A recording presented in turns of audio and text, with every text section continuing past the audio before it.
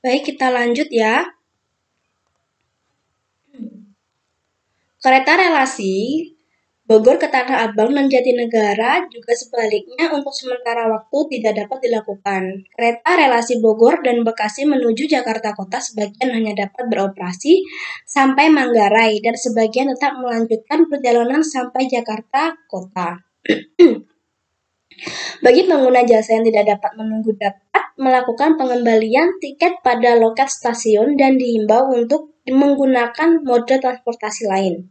Kata Humas PT KCC Eva Khairunisa melalui keterangan tulis yang diterima liputan6.com.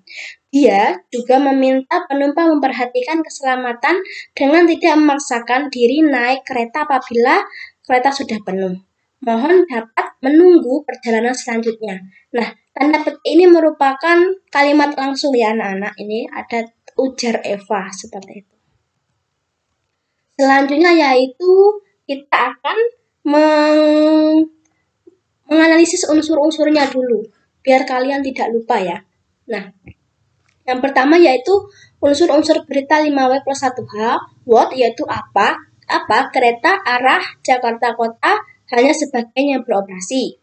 Selanjutnya yaitu di mana di antara stasiun Manggarai dan Sudirman, karena anjloknya rel kereta berada di antara stasiun Manggarai dan Sudirman. When, yaitu kapan? Rabu 6 April 2016. Waktunya juga ya, ini siapa penumpang, karena korban ya, karena yang terdampak dalam anjloknya rel kereta api tersebut yaitu penumpang. Selanjutnya yaitu why, karena kereta rute Manggarai Bukit Duri anjlok, akibatnya kereta relasi Bogor dan Bekasi hanya menuju Jakarta Kota hanya sebagian yang beroperasi.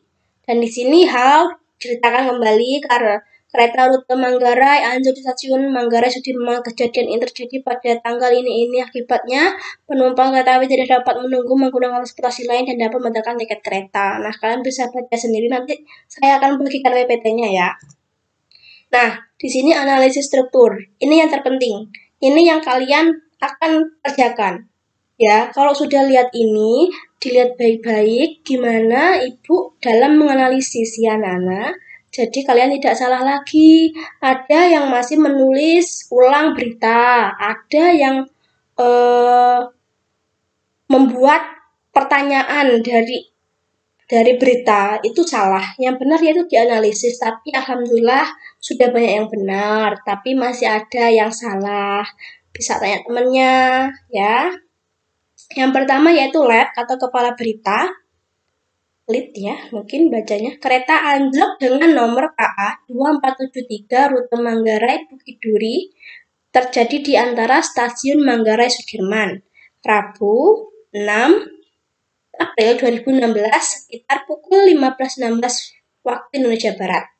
Akibatnya sejumlah perjalanan terganggu kereta relasi Bogor Tanah Abang dan Jatinegara dan sebaliknya untuk sementara waktu tidak dapat dilakukan. Ini kan jelas ya.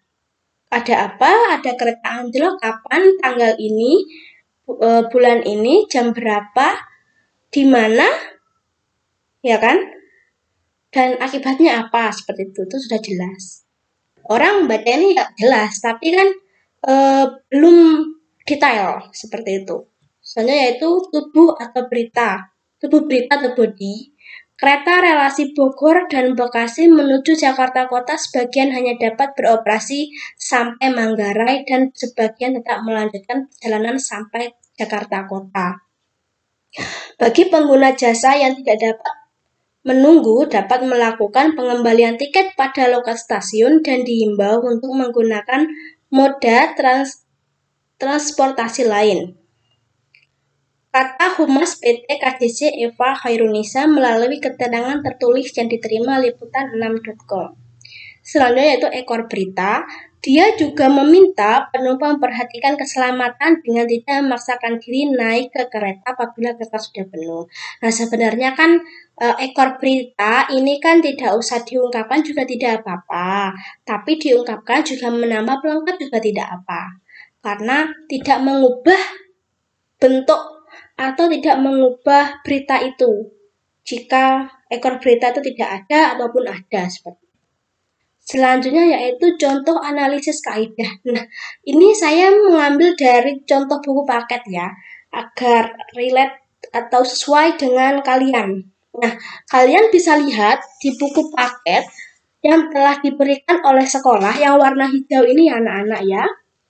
Itu di halaman 15. Halaman 15 di situ sudah dijelaskan contoh-contoh analisis kaidah kebahasaan. Ayo dibuka lagi bukunya halaman 15. Nah, di situ ada penggunaan bahasa bersifat standar. Contoh ini ya, kan baku tadi ya.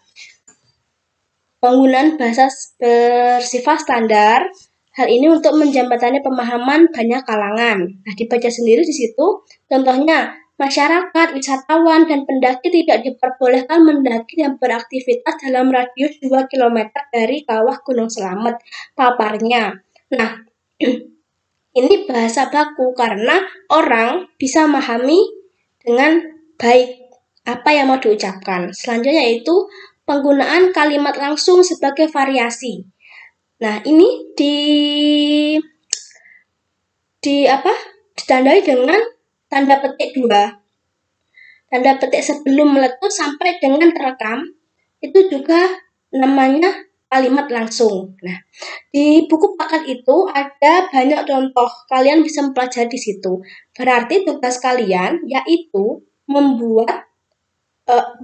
menganalisis struktur dan kaidah kebahasaan seperti ini, seperti contoh analisis kaidah ini dan ini. Unsur-unsurnya tidak usah, hanya analisis struktur dan kebahasaannya saja.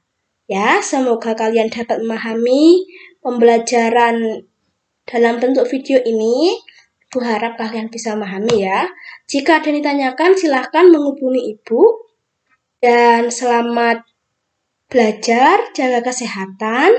Ibu tutup dulu pembelajaran kali ini dengan bacaan Alhamdulillahirrabbilalamin.